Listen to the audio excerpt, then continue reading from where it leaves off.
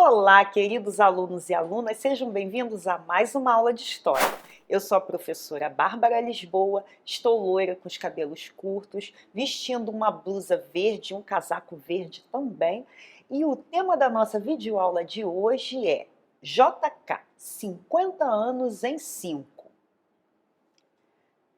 Para início de conversa, é importante, primeiro, a gente definir essa sigla JK, que se refere ao presidente Juscelino Kubitschek, que governou o nosso país entre 1956 e 1961.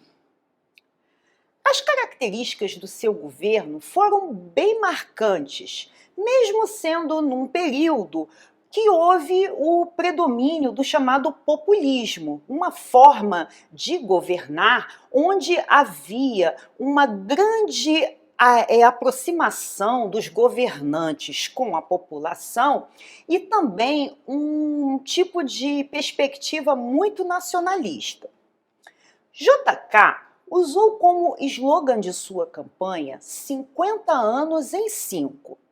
Ele dizia que aquilo que os outros governantes fariam em 50 anos, ele faria em apenas 5 anos, se referindo ao desenvolvimento industrial, econômico e social do país.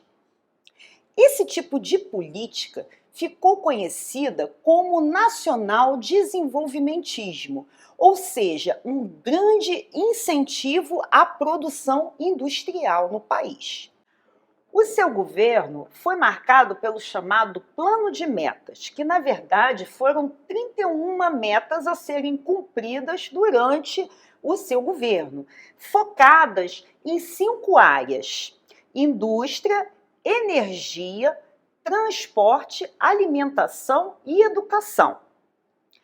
O seu governo também foi marcado por um grande incentivo da entrada de capital estrangeiro, para que esse desenvolvimento na parte da indústria pudesse ser incentivado. Foi nesse momento que nós tivemos também um grande desenvolvimento da indústria automobilística no Brasil. Como exemplo, a entrada da Ford, General Motors, foram algumas das empresas, que se estabeleceram no Brasil durante o período JK. Nessa imagem, vemos Juscelino Kubitschek, o 21º presidente do Brasil. E nessa foto, vemos a posse de Juscelino Kubitschek como presidente da República e de João Goulart como vice em 1956. Enquanto para o antigo presidente Getúlio Vargas deveria haver um controle da entrada de empresas estrangeiras e de capitais estrangeiros no Brasil, para Juscelino Kubitschek, em sua forma mais arrojada de governar, ele passou a estimular cada vez mais a entrada de capitais estrangeiros e também facilitou o estabelecimento de indústrias multinacionais no Brasil, principalmente as relacionadas aos bens de consumo. Nós temos aí nesse momento como exemplo a instalação no chamado ABCD Paulista de indústrias automobilísticas, como a General Motors, a Ford, que se estabeleceram ali e incentivaram uma grande produção industrial nesse setor automobilístico. Esses capitais estrangeiros também facilitaram a entrada de máquinas e equipamentos importantes para esse desenvolvimento industrial no país. Nessa imagem, vemos a inauguração da fábrica da General Motors em São José dos Campos, São Paulo, em 10 de março de 1959. Durante o governo de JK, a população brasileira correspondia a cerca de 60 milhões de habitantes.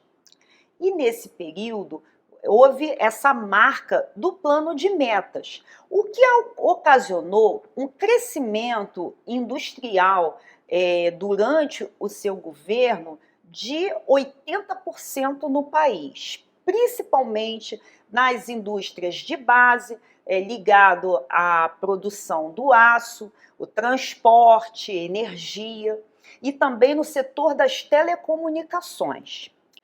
Esse crescimento industrial, que está ligado a essa política nacional desenvolvimentista, tem uma relação muito grande com o mercado interno e de grande abundância de matérias-primas existentes no Brasil, e que também teve, né, como ênfase a exploração do aço e do ferro.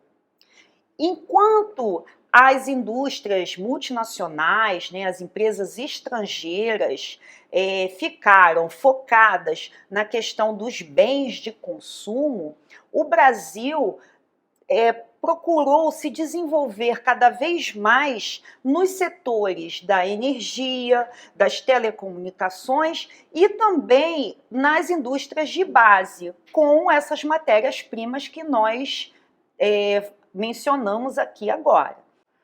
O governo direcionou seus projetos econômicos através de estudos realizados pela Comissão Econômica para a América Latina, o CEPAL, e o Banco Nacional de Desenvolvimento Econômico, o BNDE. Além disso, essa entrada de capitais estrangeiros, embora tivesse acelerado esse crescimento industrial no Brasil, também gerou algumas contradições, como a grande concentração de capital econômico e também a concentração em determinados setores. Esses 80% de crescimento industrial que nós tivemos, principalmente no setor da indústria de base, teve a relação com os milhões que foram investidos, principalmente na construção de siderúrgicas como a Cosipa e a Usiminas, e também de hidrelétricas como Furnas e Três Marias, além de 20 mil quilômetros de estradas de rodagem. Em termos empresariais, o crescimento da indústria automobilística foi um sucesso e, no geral, JK conseguiu atingir boa parte do seu plano de metas, inclusive a chamada metassíntese, que foi a construção de Brasília para ser a sede do governo federal. A ideia da construção de Brasília não era nova. Ela já estava prevista desde a primeira Constituição Republicana e ainda foi reforçada pela Constituição de 1934 e de 1946. Só que muitos parlamentares não levavam muito a sério a construção de uma cidade centralizada, né, que ocupasse o centro, geograficamente falando, né, o centro do país, e que pudesse ser a sede do governo federal. Mas em 1956, através do decreto 2874, JK sancionou uma lei para a construção da cidade de Brasília. Brasília foi planejada pelo arquiteto Oscar Niemeyer e o urbanista Lúcio Costa. E seria então essa metassíntese e dessa representação do governo marcado pelo nacional-desenvolvimentismo de JK. Da mesma forma que a lei determinava a mudança da capital do país para Brasília e essa construção da nova cidade, também dava as diretrizes para a criação da companhia de urbanização dessa nova capital, a chamada Nova Cap. Da mesma forma que Brasília foi construída dentro dos moldes de uma arquitetura moderna, em 1987, né, muitos anos depois, Brasília acabou sendo tombada como patrimônio da Unesco, se tornando patrimônio cultural da humanidade.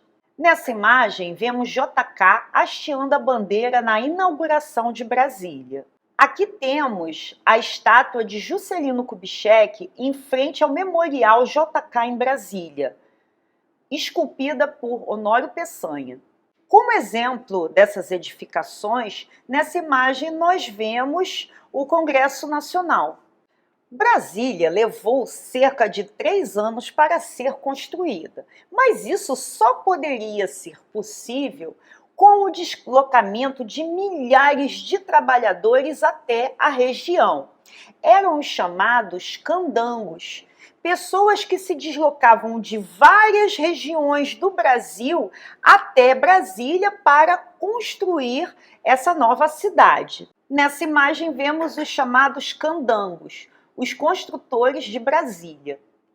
Além da construção de Brasília, nós tivemos também um grande desenvolvimento, né, das construções de rodovias, o que proporcionou uma maior comunicação entre o centro e algumas regiões, né, do norte, na Amazônia. Por exemplo, a BR-364 proporcionou o aumento da população de Rondônia, que na época era de 70 mil habitantes e passou a 500 mil habitantes nos anos 80. Apesar desse grande desenvolvimento industrial, a gente não pode afirmar que nesse período JK houve um desenvolvimento de forma igualitária em todas as regiões do país. Nós tivemos uma grande concentração dessas indústrias, principalmente na região sudeste e sul, o que provocou também um grande deslocamento de pessoas para as cidades de Minas, São Paulo, Rio de Janeiro, e isso também acabou promovendo muitas desigualdades sociais no Brasil. Além disso, essa concessão de empréstimos e de entrada de capital estrangeiro gerou também uma dependência econômica e o aumento dos índices de inflação. Só para tentar equilibrar as contas, foram concedidos empréstimos com os Estados Unidos, o que também gerou um aumento da dívida externa. Agora vamos ao nosso desafio? Observe a imagem do Congresso Nacional em Brasília. Considerada a metassíntese do governo JK, a construção de Brasília fez parte do plano de campanha resumido na frase 50 anos em 5. Qual o significado dessa frase? Nossa videoaula vai ficando por aqui. E não deixem de acessar o nosso material Rio Educa com o auxílio do seu professor ou da sua professora. E também não deixem de assistir as nossas próximas videoaulas. Até breve!